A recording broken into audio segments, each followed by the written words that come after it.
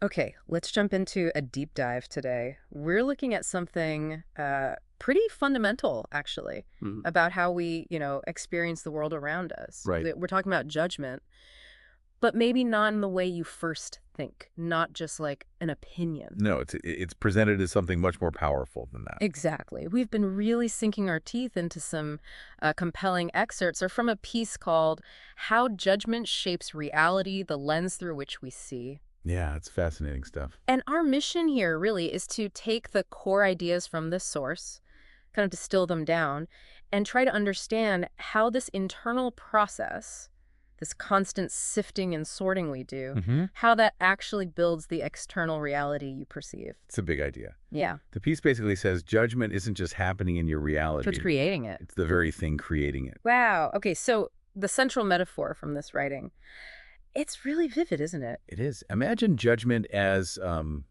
literally putting a lens Hmm. or maybe a filter right in front of your eyes.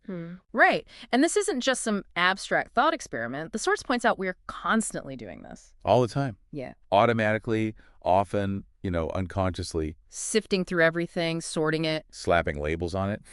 Good, bad, right, wrong, desirable, undesirable. We do this with pretty much everything we encounter. And what's crucial here, with this piece really hammers home, is that these labels, this sorting, isn't something inherent in the external world. It's not written in stone out there. Exactly. It's not, as the source puts it, etched into the very fabric of the stars. No. Where is it etched then? It's etched instead into the very fabric of your minds. Yeah. They're our own internal constructs. We project them outwards. Oh, absolutely. Uh-huh. Profound. This filter, it determines what you actually see in any given situation. It decides what gets magnified. What gets completely obscured. And ultimately, the specific reality you end up inhabiting, it literally shapes your day-to-day experience. Mhm. You can see this lens effect really clearly when you look at the examples they give in the source material. Okay, yeah. Like what? Well, think about having the judgment that failure is terrible. Like really believing that. Oh, yeah. Okay, with that lens on, Yeah. anytime you stumble, any setback, it's not just a moment, is it? No. It becomes proof. Proof of your inadequacy, maybe. A crushing defeat. The source notes that this particular filter means you'll fixate only on the perceived lack, the error, the downfall. And you completely miss everything else that's happening in that same moment. Like what? What do you miss? You miss the valuable lessons that might be embedded in that challenge. The unexpected detours that stumble could open up. The sheer grit, the resilience you're actually building just by getting back up again. The lens just filters all that positive stuff right out. Completely. Or, take another example from the source. The judgment that wealth is evil. Okay. If that's the lens you're wearing, how do you see successful people? With automatic suspicion, probably. Right. Yeah. And opportunities for abundance, for gaining resources. You'd view them with apprehension. Yeah. Maybe even a sense of, repulsion. And you'd miss. You'd miss entirely the potential for innovation that resources can unlock sometimes, Yeah. or the generosity that wealth can enable when it's directed positively. Or the creative projects it can fund. Exactly. Your judgment lens dictates a reality where those potentially positive aspects are just invisible to you. The source uses a really striking analogy for this. It says, wearing these judgments, it's like wearing a self-forged blindfold. A blindfold you made yourself. Yeah. And you spend all this energy condemning the darkness you perceive, insisting it shouldn't be there, railing against it, And then you stand there, blindfolded. wondering why you can't see the stars. It's a reality you yourself have actively filtered into existence. Which is, well, it's kind of mind-blowing when you think about it that way. Yeah. It really is. And what's truly fascinating here, and maybe one of the most powerful insights from this piece, is the idea that judgment doesn't just describe reality after the fact. Right. It's not passive reporting. No, it's an active creative force. It's not just observing the world, it's building your specific version of it. Yeah, the source calls it an invisible architect. An architect not just outside, but of your personal prison. That's a strong phrase. It is. And what does this architect build? According to the source, it builds walls where there are none. It casts shadows where light could be. And it whispers limitations into your ear that are entirely of your own making. Wow. It constructs this confined reality based purely on your internal judgments. Which definitely makes you wonder, where does this powerful, often limiting architect get his blueprints from? where do these judgments come from? Well, this piece suggests it often stems from our fundamental refusal, maybe our difficulty in fully embracing duality, Duality, you mean like the natural existence of two sides to everything. Light and shadow, gain and loss, success and setback. Things always have both aspects. okay, I see. So if you reject or fear one side of that coin. That rejected aspect often becomes the target of your judgment. Ah, and the Thoris points out this happens both internally, Yeah. judging parts of yourself. And externally, projecting those judgments onto the world and other people. So you might judge the bad in someone else, this writing suggests, because you're actually fearing the bad or what you think is bad within yourself. Or maybe you just condemn what you don't understand.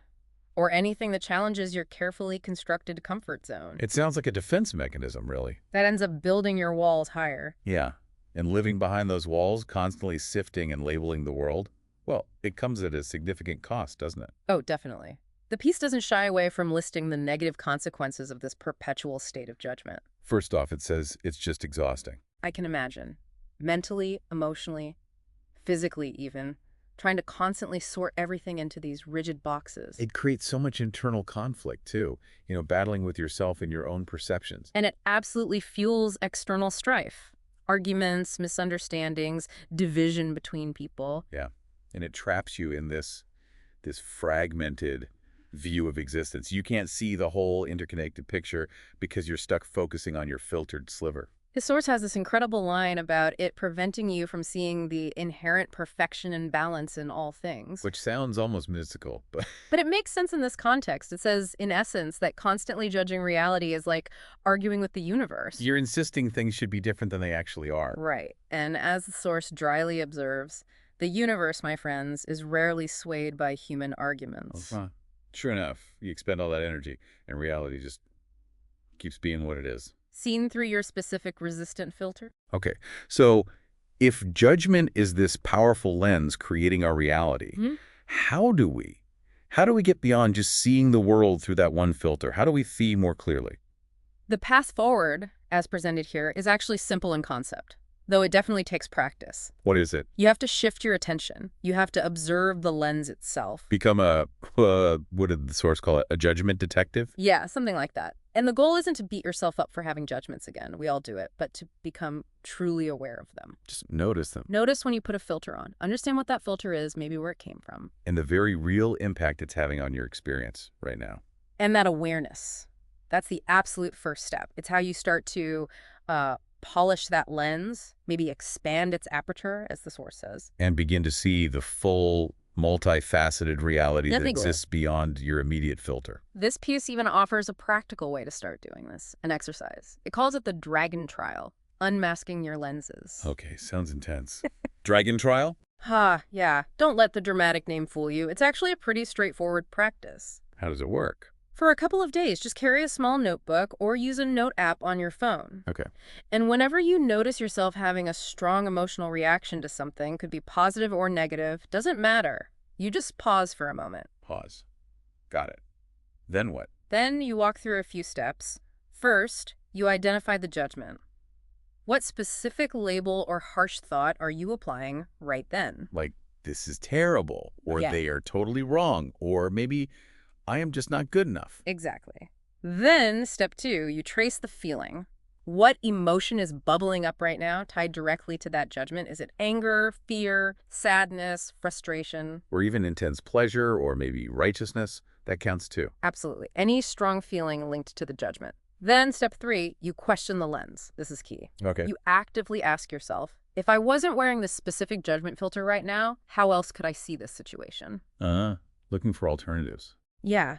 The challenge is to find at least one alternative perspective. Maybe just a completely neutral observation, or even trying to find something positive you initially missed because of the filter. That could be tricky sometimes. It can be. But it's about stretching the perspective. And finally, step 4, you observe the impact. Observe the impact. How? Just notice, how does holding on to this specific judgment feel in your body? What does it do to your thoughts, your mood? And then contrast that with what? How might your experience of the situation shift if you were able to loosen your grip on that particular filter, even just a little bit? What might change?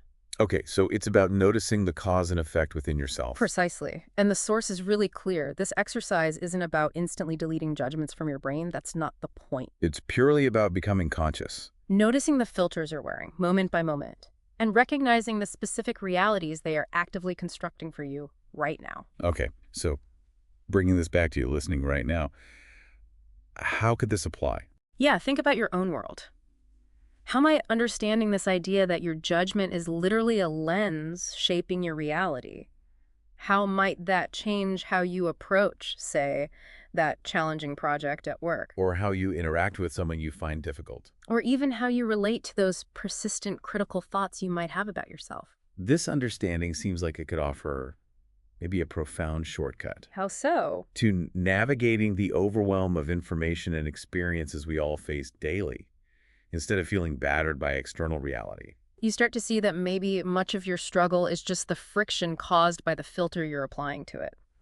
That's a powerful shift in perspective. So to kind of wrap up our deep dive into this source material today, the core insight is really that judgment isn't just an opinion. It's a powerful, often unconscious filter. A filter that actively constructs the very reality you inhabit. And if your judgment truly is the architect of your perceived reality, as this piece compellingly suggests, well, then the question What becomes, new reality could you begin to see? or perhaps even build? Simply by becoming aware of that specific lens you're wearing and consciously exploring other ways of seeing.